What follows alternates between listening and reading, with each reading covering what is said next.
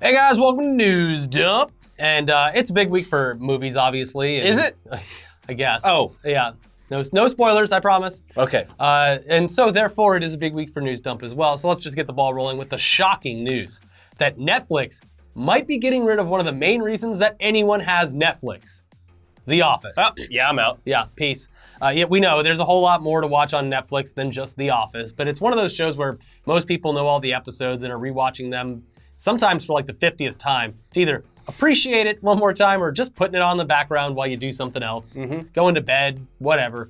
It's just so damn calming. Yeah. Except for the really stressful episodes where it's very cringy, like Scott's Talk. There's a few of those. Yeah. But it's like, once you know it well enough, it's like, love this. Yeah.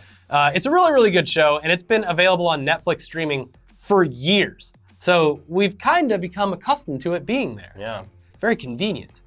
By the way, this also affects other shows like Friends, Parks and Recreation, The Good Place, and many, many more. Didn't they just pay like $1 billion to keep Friends?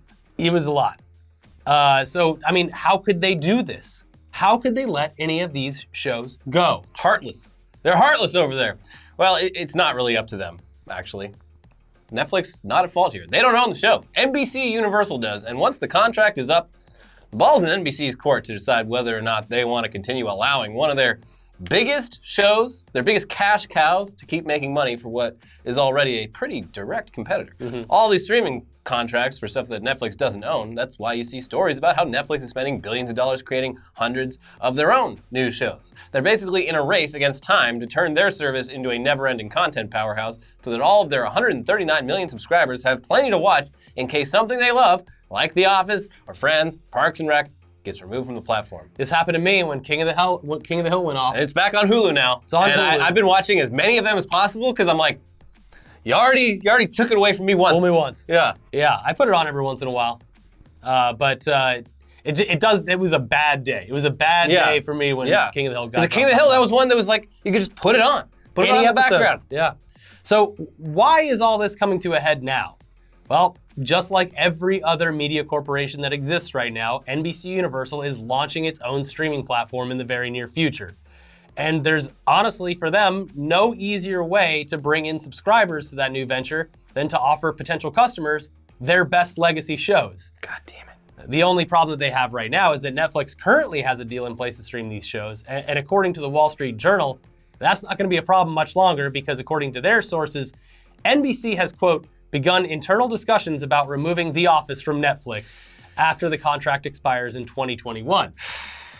So nothing is confirmed right now, but it'd be safe to go ahead and assume that NBC will not renew or renegotiate with Netflix, and the show's gonna be gone off of Netflix. I mean, it's pretty inevitable, so there you go. And that probably goes for the other shows as well, although they didn't list the contract end dates for any other shows. And I know Friends was a kind of recent thing, so they might have it for longer. Kind of like how Marvel has, Netflix has the Marvel shows for a certain period of time. But I mean, if they're making their own streaming service and they have the rights to all these things, they're gonna take those things back first chance they get. Yeah, because obviously anyone who's like a huge fan of The Office would be like, oh, well, I'll just go get NBC Universal. My wife is gonna fucking lose it when I tell her about this, because literally all day while she's working, she's drawing for her job all day, and she just has on TV The Office, 30 Rock, Parks and Recreation. Yeah, 30 Rock's another one, yeah. Yeah. And that's pretty much it. Yeah, NBC makes good comedies. At least they had a golden period there, like 2008 or so. But yeah, that leads us to even worse news, thanks to NBC's upcoming streaming service, because according to a recent report from CNBC, NBC Universal's parent company Comcast is now in talks with Disney to just sell all of Comcast's 30% stake in Hulu, which could result in all of NBC's shows and networks being removed from Hulu as well. And Brooklyn Nine-Nine is one of them. Disney would own 90% of Hulu, considering that AT&T Time Warner already sold off their shares of Hulu to Disney in just the last few weeks. Yeah, we're witnessing the end. We're living in the end. This is it, guys. The golden age of streaming. It was fun for a while there, right? Yeah. Now it's all fucking over. I guess you could buy the DVDs, obviously, which is probably a good idea. People like William Bibiani they've been screaming for years. Like, you guys, you got to just buy physical media, and I'm like, nah, shut up. The Office will It'll always be there for me. Yeah. But, Or pay like out the ass for a digital copy of it that you can watch whenever. But the whole thing is like just leaving it on. Yeah, you can't. I mean, I don't know. Yeah, honestly, this makes me want to get back to like ripping stuff. This is going to cause piracy. Like piracy, like that's what just nosedive. Back in the day, I had like a fucking 500 gig terabyte of just like my own 500 gig terabyte. What is that? 500 gig hard drive with all of my own like DVD rips. Yeah. And I just have like a giant playlist in VLC or whatever. Yeah, anything that I would buy, I would put into. I had a Mac at the time and used this program called Handbrake. Yeah. And it would just go through it, and I'd have a copy of it. Mm-hmm. And all those are lost to the sands of time now. Yeah. But like, aside from just doing that, this whole thing, not just NBC Universal, but everyone splitting off, is going to cause piracy. You solve the piracy problem, and here it comes. And what are you doing? Yeah. So anyway, the online content shell game. It fucking sucks, and it's actually turning into a model that's even worse than the cable TV that we grew up with and eagerly disposed of when there were better options. Yes, we've been through this. We didn't like this. Yeah, it's bad news all around, and all we can really do is bitch and moan about it, so here you go. This sucks. Goddamn fucking media corporations, you suck. You suck. We hate you. Yeah. You make good content, but then you fuck up the execution. You just had to do it. Anyways, specifically regarding Netflix and The Office, that's there till 2021, so you have a little over a year and a half to just watch all of them, get them, memorize them, and then never watch them again. Because we're very soon going to have to face the grim reality of having to purchase 10 different fucking streaming services to watch what we want. Yeah. Or go and buy all the seasons on DVD or Blu-ray or something. But like even that, like a lot of shows are no longer releasing Blu-rays, or they're releasing like very limited amounts of them because there hasn't been much of a market for that because people have been depending on streaming services. Yeah. Ugh. Yeah, this is going to settle in a weird place, and I don't think that these companies are going to like it. Yeah. I mean, who's to say, but this doesn't sit right with me as someone who, growing up with the dawn of the true like internet as we have it now, and it was just so easy to torrent things. It's just the main problem is that they've got to hold on that now too, because all of these companies that have this content also own the telecoms. Yeah. So they're gonna know when you steal something of theirs very, very easily. It's just the whole thing is a mess. It sucks, and I mean, really, there's really nothing we can do about it outside of voting with your dollar and just ignoring all these streaming services when they come up. Or, I mean, something I've been thinking about doing for a while, especially now that like there's already so many. It's like I want to try something like Shudder or the Criterion one. And so I'm just like, I can't do all of these, but I can do like 1 month at a time from each of them. Like get Shudder for a month, watch everything I want on there. Yeah, just put a calendar up. Yeah. And then this is our month for Netflix. We have to watch all of last year's Netflix shows. Yeah. Unfortunately, with Prime, you have to pay for the whole year. Yeah. But like the rest of them, you can kind of just turn them off and on as you please. That might be something worth looking into. I don't know, man. I think this is going to bite them in the ass pretty hard, especially like, anyways, let's move on because of course it wouldn't be an episode of News Dump if we didn't talk about the businesses behind subscription-based unlimited movie ticket services. Oh boy. But today we're not talking about MoviePass. Oh. Today we are mourning the death of one of their competitors. Oh, say it isn't so. Sinemia. Oh. Sinemia. Sensimia? Yes. Yes, the first little card in this house of cards, it has fallen. As Sinemia announced this week, they're shutting down. And it was effective immediately. It was like 1 second it's on, 1 second it's off. On their website, they posted an announcement informing their users of the news saying, today, with a heavy heart, we're announcing that Sinemia is closing its doors and ending operations in the U.S. effective immediately. Like, probably in the span of time between someone using Sinemia to buy a movie ticket and getting to the movie theater, it's not there. Well, it's like everyone that got stranded on WoW Air. Yeah. Oh my God, that was insane. Yeah, WoW Air shut down while people were getting ready to board a WoW Air or flight. were already at a location where they took it there. Whoops. The announcement thing continued. While we are proud to have created a best-in-market service, our efforts to cover the cost of unexpected legal proceedings and raise the funds required to continue operations have not been sufficient. We blew it. It continues. The competition in the U.S. market and the core economics of what it costs to deliver Sinemia's end-to-end experience ultimately led us to the decision of discontinuing our U.S. operations. Despite the best efforts of our team, it has been difficult for us, as a startup, to continue providing our services to the moviegoers in the U.S. without resources and enough capital to meet increased operations and legal costs. Now, those legal costs, by the way, they were caused in part by 2 lawsuits.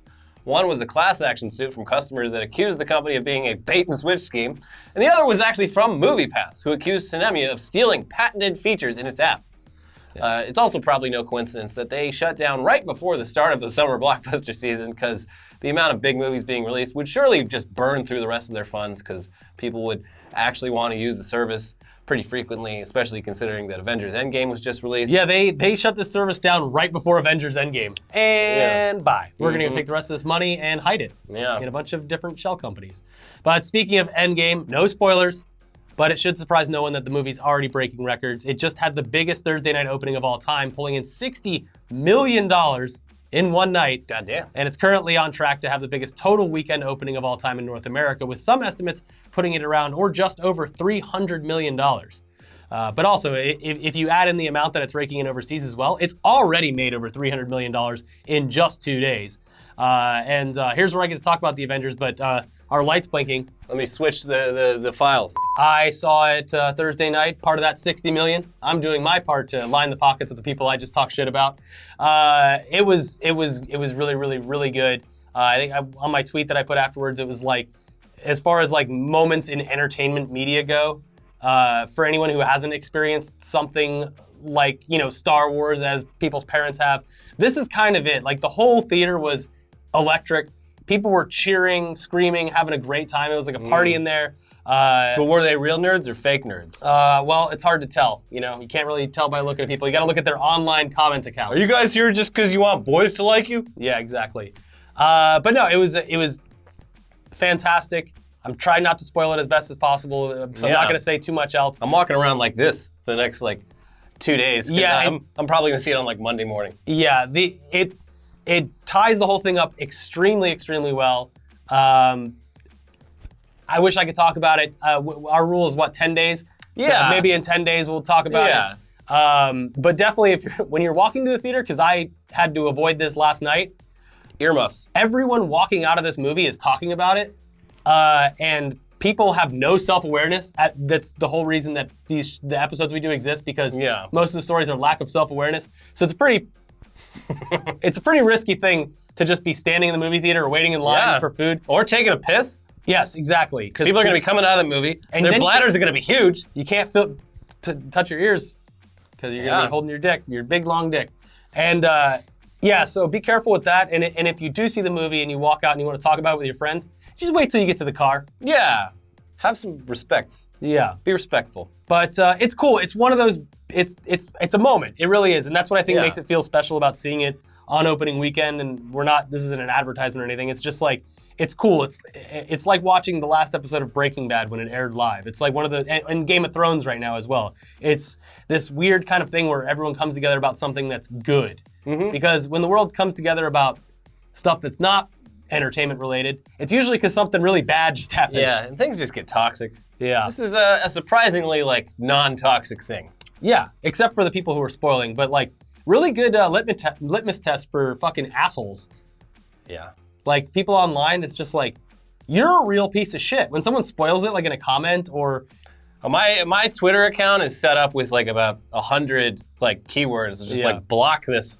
And I'm not going to be looking at the YouTube comments for until I see the movie. So I've deleted 5 today off the gaming video. Oh, Jesus. I've been trying to be proactive about it. Also, here, what happens to people who spoil movies is overseas, apparently someone was doing exactly what we just talked about and talking very loudly about what they had just seen, obviously giving spoilers away while walking past a line of moviegoers who were waiting to go in, and reportedly got the shit beat out of him for doing it. So that's not going to cry for him. No. He knew what he was doing. He probably didn't. Like I said, lack of self-awareness is a big problem. Well. We all suffer from it. It happens. Anyway, that's all we got for you this week. It's kind of a short one, but it gives you more time to go check out Endgame in theaters, or wait till Monday like me. Yeah. But be careful. There was a new Godzilla trailer this week. And a bunch of people we know got to go to fucking Toho, and we're taking pictures there, and I was just like, you son of a bitch, Dan Casey. This is the one I'm jealous about. Yeah. And whenever I see people go to like New York or whatever for junkets anymore, I'm just well, Tokyo, fun though. And they were there for Detective Pikachu as well. Oh, they were? Well, which I hear is pretty good. But there's a trailer out there. You can see it. It also plays before Avengers. Yeah, so just do it then. Yeah. Kill two birds with one stone. And if you want to watch more of our show, good news. You can check out 2 new videos from this week right over here. Check them out. And support the show on Patreon if you can. Or support the show here on YouTube if you can by clicking the join button. Stay tuned for a new episode of Weekly Weird News tomorrow, and have a great weekend. Bye-bye.